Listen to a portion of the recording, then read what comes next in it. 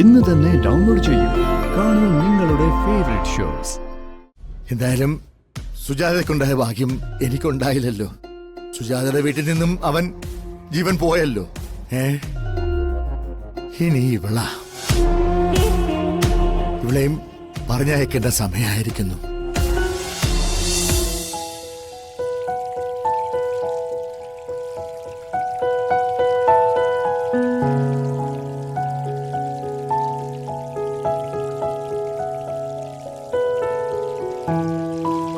രാമകൃഷ്ണേട്ടാ, ഓ, എന്താ പോലീസൊക്കെ വന്നത്?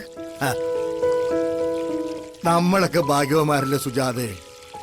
മക്കള് നല്ലവരാണെങ്കിൽ അവര് കാരണം നമ്മൾ പോലീസ് സ്റ്റേഷനിൽ കയറണം, കോടതി ചെന്ന് കയറണം. എന്തായാലും സുജാതയുടെ ഇന്നലത്തെ അവസ്ഥയൊന്നും അല്ല കേട്ടോ. അവളെ പിടിച്ചോണ്ട് പോകാനൊന്നുമല്ല പോലീസ് വന്നത്. ഹരിയില്ലേ, നമ്മുടെ ഹരി, അവനെ പിടിച്ചോണ്ട് പോവാനാ.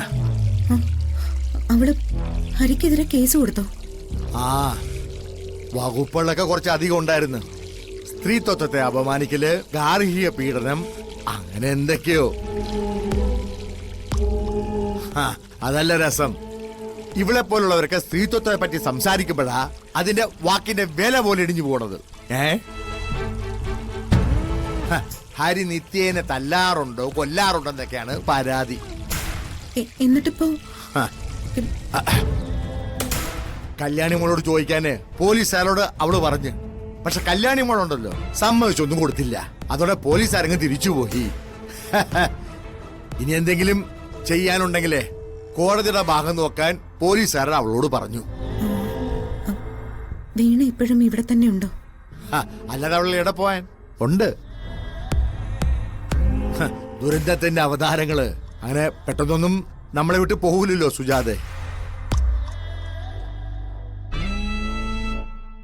സൂക്ഷിക്കണം രാമകൃഷ്ണേട്ടാ. ഇപ്പൊ വന്ന പോലീസുകാരൻ അല്പം കാര്യശേഷിയുള്ള ആളായതുകൊണ്ട് ഇങ്ങനെ പറഞ്ഞു തിരിച്ചുപോയി. പക്ഷേ പലപ്പോഴും അതല്ല അവസ്ഥ. സ്ത്രീകൾക്കെതിരെയുള്ള അക്രമം എന്ന് പരാതി കിട്ടിയാൽ ഉടനെ തന്നെ അറസ്റ്റ് ചെയ്യണമെന്നൊക്കെ വ്യവസ്ഥയുണ്ട്. ഉണ്ട് സുജാതെ. അവൾ ഉടനെ തന്നെ അതിന്റെ പുറകെ പോവാൻ സാധ്യതയുണ്ട്. എന്റെ സുജാതെ, ഇതൊക്കെ ഉണ്ടല്ലോ എന്റെ സ്വത്തിനെ ചൊല്ലിയുള്ള പ്രശ്നങ്ങളാ. ഉള്ളതെന്താന്ന് വെച്ചാ ഞാൻ അവക്ക് അങ്ങോട്ട് എഴുതി കൊടുക്കണം. എന്നിട്ട് ദിവസങ്ങൾക്കുള്ളില് അവളെല്ലാം കൂടി അങ്ങോട്ട് നശിപ്പിക്കും. അത്രേ ഉള്ളൂ ഉദ്ദേശം. അല്ല, ഇപ്പൊ രാമകൃഷ്ണേട്ടന്റെ തീരുമാനം എന്താ? എന്റെയോ? സുജാതെ മകളല്ലേ, അവളുടെ കാര്യത്തില് ഏറ്റവും കൂടുതൽ ഉത്തരവാദിത്വം എനിക്കല്ലേ. ഞാനത് പരിഹരിക്കാൻ തന്നെ തീരുമാനിച്ചിട്ടുണ്ട്. എങ്ങനെ? സുജാതെ അവിടെ എന്നോട് പെരുമാറുന്നത് വെറും വിചിത്രമായ രീതിയിലല്ലേ. അപ്പോ പ്രശ്നങ്ങൾ പരിഹരിക്കേണ്ടതും വിചിത്രമായ രീതിയിൽ തന്നെ ആവണം. എന്തായാലും സുജാതയ്ക്കുണ്ടായ ഭാഗ്യം എനിക്കുണ്ടായില്ലല്ലോ. സുജാതയുടെ വീട്ടിൽ നിന്നും അവൻ ജീവൻ പോയല്ലോ. ഇനി ഇവളെയും പറഞ്ഞയക്കേണ്ട സമയമായിരിക്കുന്നു.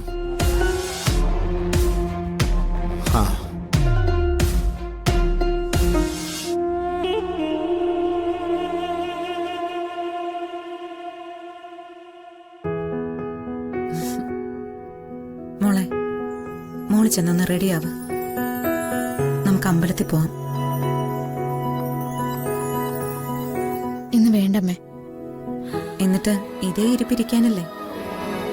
അമ്പലത്തിൽ പോയെന്ന് പ്രാർത്ഥിച്ച് കുറച്ചു നേരം അവിടെ ഇരിക്കുമ്പോ മനസ്സിലെ ഈ ഭാരമൊക്കെ ഒന്ന് ഒഴിയും. അമ്മ പറയുന്നതെന്ന് കേൾക്കുമോളെ. അമ്മ എന്നെ കുറിച്ച് പേടിക്കണ്ട. ഞാൻ തെറ്റായ ഒരു കാര്യം ഇനി ചിന്തിക്കില്ല.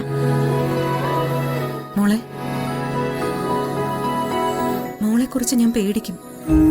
ഇനി എപ്പോഴും ആ പേടി ഉണ്ടാവുകയും ചെയ്യും. നമുക്ക് നമ്മുടെ സങ്കടങ്ങൾ ഇറക്കി വെക്കാൻ ദൈവങ്ങളല്ലേ ഉള്ളൂ. മൊത്തത്തിൽ മനസ്സൊന്ന് ഫ്രഷ് ആവണം. അതിനുവേണ്ടി അമ്മ പറഞ്ഞത്. വേഗം ചെന്ന് റെഡിയാവാൻ നോക്ക്. പോയിട്ട് വാ മോളെ, പോ. ശരി അമ്മേ.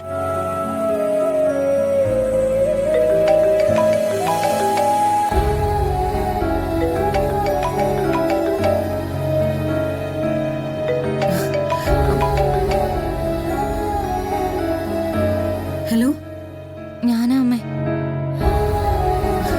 മോളെ അവിടെ എങ്ങനെയുണ്ട്? മനുവിന്റെ അച്ഛനും അമ്മയൊക്കെ നന്നായിട്ടാണോ നിന്നോട് പെരുമാറുന്നത്?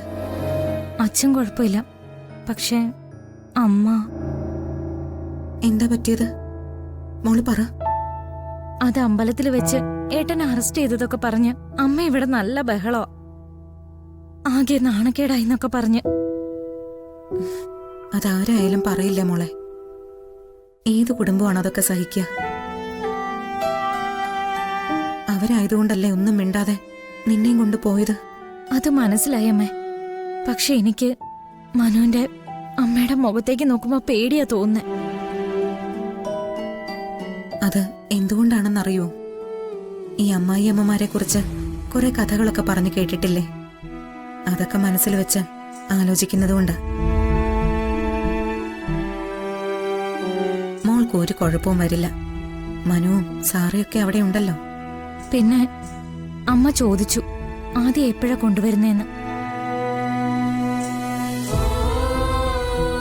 അച്ഛനും അമ്മയും പറഞ്ഞതൊന്നും ഇവിടുത്തെ അമ്മ കാര്യമായിട്ട് എടുത്തിട്ടില്ല. ആദ്യം എത്രയും പെട്ടെന്ന് ഇങ്ങോട്ട് കൊണ്ടുവരണമെന്നാ പറയുന്നത്. അത് അമ്മ സംസാരിച്ചോളാം മോളെ. മോളിപ്പോ ഒരു കാര്യം ശ്രദ്ധിക്കണം. നമ്മുടെ ഭാഗത്ത് ഒരു വലിയ വീഴ്ചയുണ്ട്. അത് ന്യായീകരിക്കാനോ അതിന്റെ പേരിൽ സംസാരിക്കാനോ പാടില്ല. മോളെ, ചിലതൊക്കെ കേട്ടു നിൽക്കേണ്ടി വരും. വിവാഹ ജീവിതമാ, വേറൊരു കുടുംബമാണ്. അവിടുത്തെ രീതികളൊക്കെ വേറെയാണ് മോളെ. അഡ്ജസ്റ്റ് ചെയ്തൊക്കെ നിന്നേ പറ്റൂ. ഞാൻ മനുവിനോട് ചോദിച്ചു തിരിച്ച് വീട്ടിലേക്ക് തന്നെ പോയിക്കോട്ടെ എന്ന്. മോളെ, എന്തിനാ അങ്ങനെയൊക്കെ ചോദിക്കുന്നത്? എന്നിട്ട് മനു എന്തു പറഞ്ഞു? മനു എനിക്ക് ധൈര്യം തന്നു, എന്നും കൂടെ തന്നെ ഉണ്ടാവുമെന്ന് പറഞ്ഞു. വിവാഹം കഴിഞ്ഞു പോയ ഒരു പെൺകുട്ടിക്ക് അതിനേക്കാൾ കരുതൽ എന്താ വേണ്ടത്? പിന്നെ അവിടെയുള്ള ജോലികളൊക്കെ നിനക്കറിയാവുന്നതുപോലൊക്കെ ചെയ്യണം. എന്തെങ്കിലും സംശയം വന്ന മനുവിന്റെ അമ്മയോട് ചോദിക്കണം. ഒരാൾക്ക് ഒരു മുഷിച്ചിലുണ്ടാവുന്ന പ്രവൃത്തി മോളുടെ ഭാഗത്തു നിന്നുണ്ടാവാൻ പാടില്ല. ഏട്ടന്റെ കാര്യം എന്തായി അമ്മേ? ഇന്ന് കോടതിയിൽ ഹാജരാക്കുമെന്നാ പറഞ്ഞിരിക്കുന്നത്. എന്താവൂന്നറിയില്ല മോളെ. നിത്യേച്ചിയുടെ ജീവിതം ഇല്ലാതാക്കാനാ ഏട്ടൻ നോക്കുന്നത്. പക്ഷെ ഇപ്പൊ എല്ലാവരുടെ ജീവിതം ഏട്ടന്റെ കയ്യിലാണല്ലോ. എല്ലാം ഇവിടെ അവസാനിച്ചു മോളെ. നിത്യയോടും അമ്മ ഇത് തന്നെയാ പറഞ്ഞത്. ഇനി നമ്മുടെയൊക്കെ മുമ്പില് പുതിയൊരു ജീവിതമാണ്. നീയും അത് തന്നെ വേണം മനസ്സിൽ കരുതാൻ. മധുര നൊമ്പരക്കാറ്റ്